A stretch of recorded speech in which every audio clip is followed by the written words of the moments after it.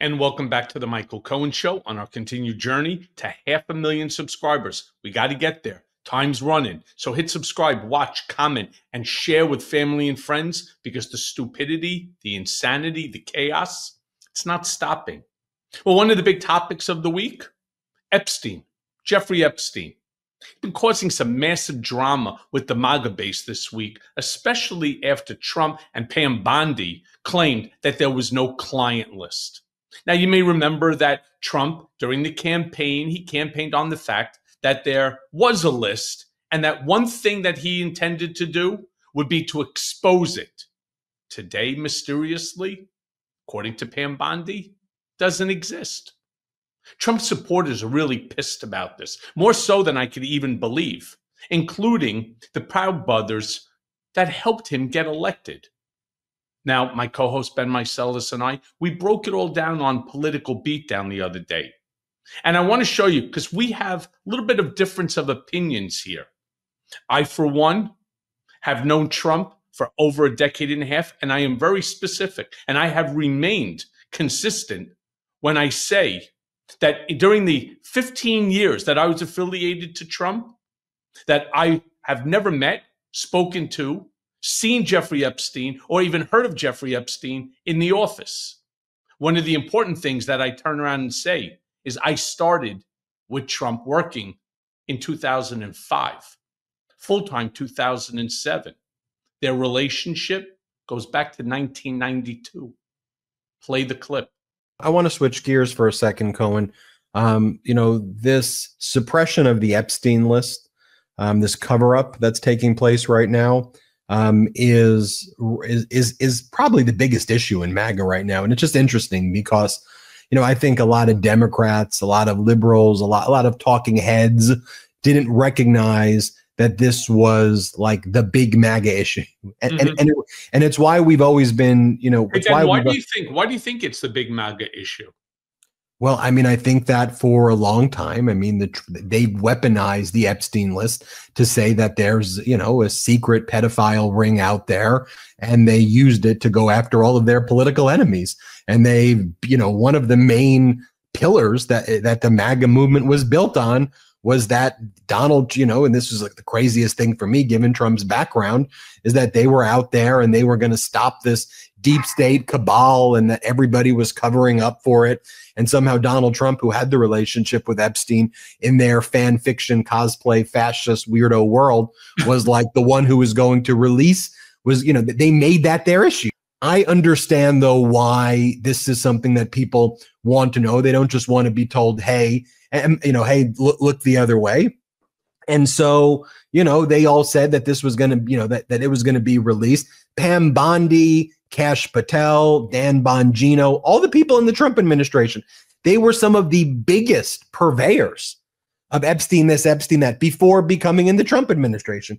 Then in the Trump administration, they had an event at the White House, Epstein Day. They had Epstein Day back in February. Everybody held up their binders. It said phase 1. This is the Epstein files. Here's the list. Then it turned out it was just Epstein's phone list, which was released many years ago. But they said, don't worry, we've got the actual list.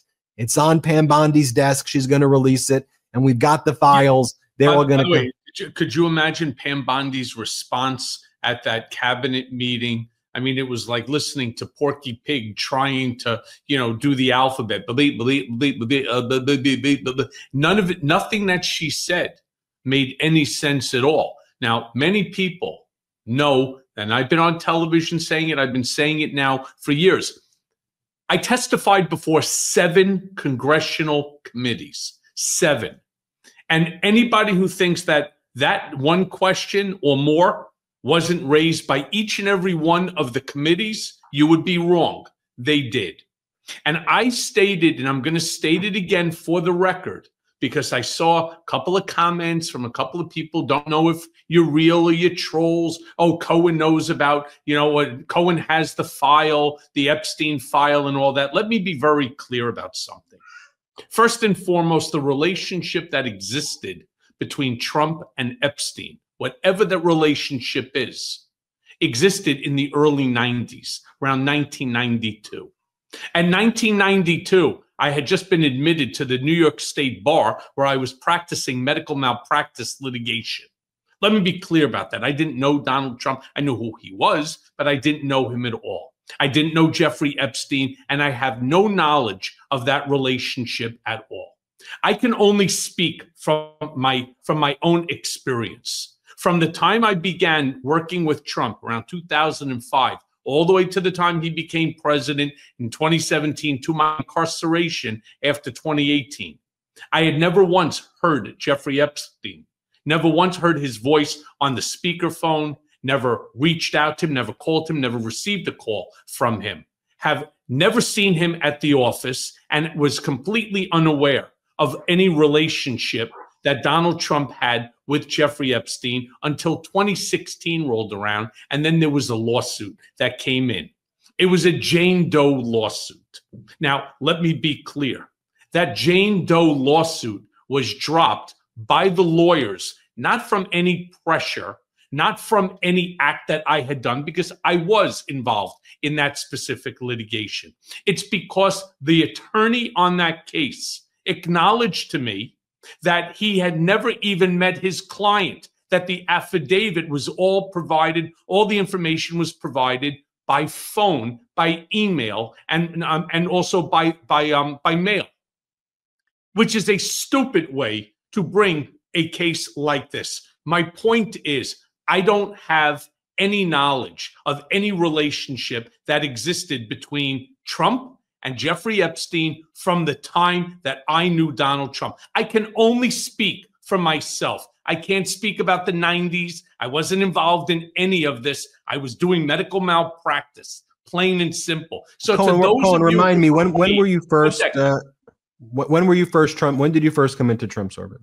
Well, I started working, came into his orbit in the year 2005. Yeah, well, then just so everybody know, the Trump-Epstein breakup happened about 2 years before that. It was over Palm Beach real estate, that they were friends until then. In 2002, Donald Trump is, he's quoted, we know he's recorded, saying Epstein is a great guy who likes women on the younger side.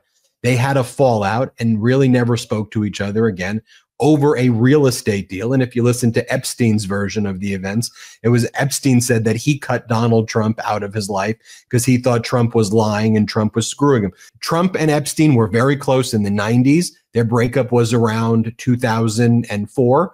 And that was, also around the time where Donald Trump marries Melania.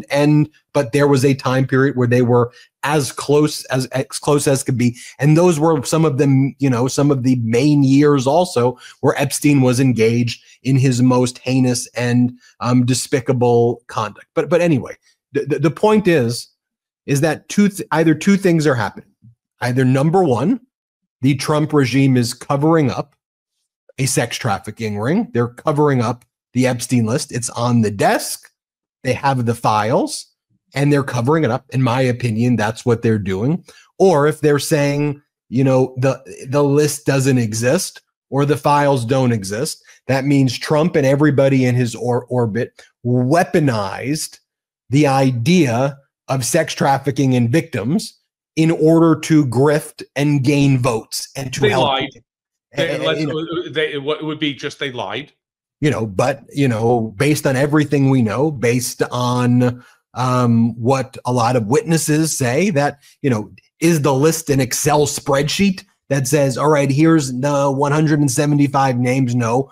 But is there a broader list and pattern and documents that reflect who were the types of people in Epstein's orbit? The short answer is most people believe that absolutely exists. I want to show you, though, this is a podcast called, I think it's called Flagrant, right-leaning podcast. These people brought Trump on the show. They voted Trump. When people talk about like the podcast bros, it's this crew right here. And they're like, are they laughing at us now? Are we being laughed at by these Trump regime people? Watch what they had to say today on the Flagrant. Let's play it. Are you still talking about Jeffrey Epstein? We have Texas, we have this, we have all of the things. And are people still talking about this guy, this creep? So we're stupid. Yeah. we're the fucking idiots, guys. That is, I think, what is enraging people right now is it's insulting our intelligence. Like, obviously the intelligence community is trying to cover it up. Obviously the Trump administration is trying to cover up. Something changed because they ran on this idea of exposing it all. All these guys had great ideas. Cockeyed Cash, Dan Bongino. He had clips, dog. He had bars. He was ready to tear it all down. He was ready to tear down the entire FBI office. Shut down the Hoover building day one. Day one. That bitch still standing. And then he goes on Joe Rogan and he's like, listen, do you think if I had it, I wouldn't share it with you? I do. Yeah. I do. I do believe that 100%, especially when you're staring at me like this, telling me that. Once you protect pedophiles, you are the most cockeyed person in the entire world. So one of two things, in my mind, is it possible. One, you're covering it up. Or two, nothing really happened and you exploited the rape of thousands of children to get your man elected. So which one do you want here? Yeah, all right. I mean, by the way, he nailed it. He absolutely nailed it with those two options. It is only one of two. Now, here's Trump's own lawyer, Dershowitz. Dershowitz represented Trump before, right? I mean, you know, and he's very close to Donald Trump. Like, so I'm showing you right now what Trump's former lawyer has to say about the Epstein files. Here, let's play this. So let me tell you, I know for a fact documents are being suppressed. And they're being suppressed to protect individuals. I know the names of the individuals. I know why they're being suppressed. I know who's suppressing them. But I'm bound by confidentiality from a judge and cases, and I can't disclose what I know. But I hand to God, I know the names of people whose files are being suppressed in order to protect them, and that's wrong. By the way, he's wrong about that. And let me just give me a half a second on this one.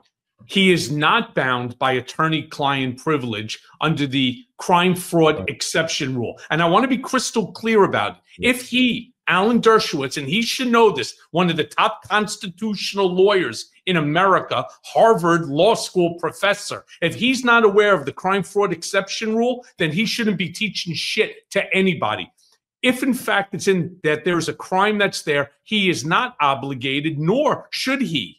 All right. If he has requisite information on this because he saw it, then he should be coming forward. You know, risk yourself a little bit. Many other people have risked themselves by speaking truth to power. You know, when I come out and I turn around and say things like, in the time period that I knew Donald Trump, there was zero relationship, zero, with Jeffrey Epstein. Plain and simple. People, some who are actually Michael fans, are like, I can't believe you're saying that. You're taking the knee for Donald and so. No, I'm telling the truth. And you know what? If I didn't do that, what credibility would I have in another issue?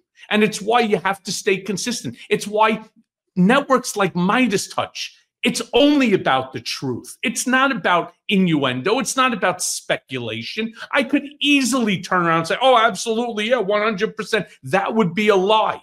And then once that lie gets uncovered, and as we all know, all lies get exposed eventually, where's my credibility on anything else that I said? And I'm not willing to risk that. So to those of you who may be angry at me because you want me to say something that appeals to your prurient desire, I'm terribly sorry. That's not what I'm here for. Look, I think when you break down, and most people know the time frame that Trump says he's a great guy in 2002, 2000. You come into the picture 2005. He's done with Epstein by 2000. He's done with Epstein in 2005. Now, Dershowitz also has some firsthand information. Just so everybody remembers Dershowitz here, let me just remind everybody with this other clip of Dershowitz. Criminal underage sex case. Could you please? I never saw a young underage woman. Yet Epstein's former butler swore under oath that Dershowitz was at Epstein's residences at the same time underage girls were there. Were there young women in another part of the house giving massages when I wasn't around? I have no idea of that. Dershowitz did say he once received a massage at Epstein's mansion, but from an adult woman. I kept my underwear on during the massage. I don't like massages particularly. Bob Norman, Local 10 News. Let's take a look at what Bill O'Reilly had. Take a look at what Bill O'Reilly had to say here. Play it. Talked to President Trump man to man, eye to eye on St. Patrick's Day about this and the Kennedy files and the King files. It was all one conversation. And he said, and I agree, there are a lot of names associated with Epstein that had nothing to do with Epstein's conduct. They maybe had lunch with him or maybe had some correspondence for one thing or another. If that name gets out, those people are destroyed because there's not going to be any context. Media doesn't care about context. So you can't do that. Well, and then finally, if I'm not mistaken, years ago, wasn't a big part of Jeffrey Epstein's address book released? I know it's out there on the internet. Yeah, it is. Right? And so there's plenty of people. I completely refute what Bill just said to Chris Cuomo on News Nation. All right. It would not mean anything. There are hundreds and hundreds and hundreds of names in that black book. So those people's lives aren't destroyed. In fact, some of them are actually sitting in government position right now. Yeah. And then finally, Anna Paulina Luna, MAGA Republican Congress member. So she was the one who created an entire subcommittee in Congress that was focused on Epstein, right? This was her main issue. And Anna Paulina's background, like, it's not even like her real name. No one really knows where she came from, really. She kind of has this like George Santos multiple identity kind of things going on. But in any event, she had the Epstein subcommittee. So now her view, just so you see like how someone like her just like completely flips. So she goes on Benny Johnson. And again, Benny Johnson, this right-wing MAGA influencer guy who would always be out there. We're going to get the files. We're going to get the files. And now she's like, of course he's not on the list. If his name was on the list, it would have been released during the campaign. Here, listen to what she says. Here, play this clip. And blind, then it needs to happen. And so we'll continue to push for that, really call for it. But it's been deafening how many members of Congress have been silent on this. And to be clear, also, I want to clear something up. I do not think, and I've told this to multiple media outlets because I've been getting questions on this, is Trump on the Epstein client list? No. And I'm very positive of that because if he was, they would have released it during the election cycle. But what I do know and what I'm seeing right now across, every aspect, whether it's rich, poor, famous, not famous, people have actual concerns. Are people basically paying off people to be quiet? And that's not okay.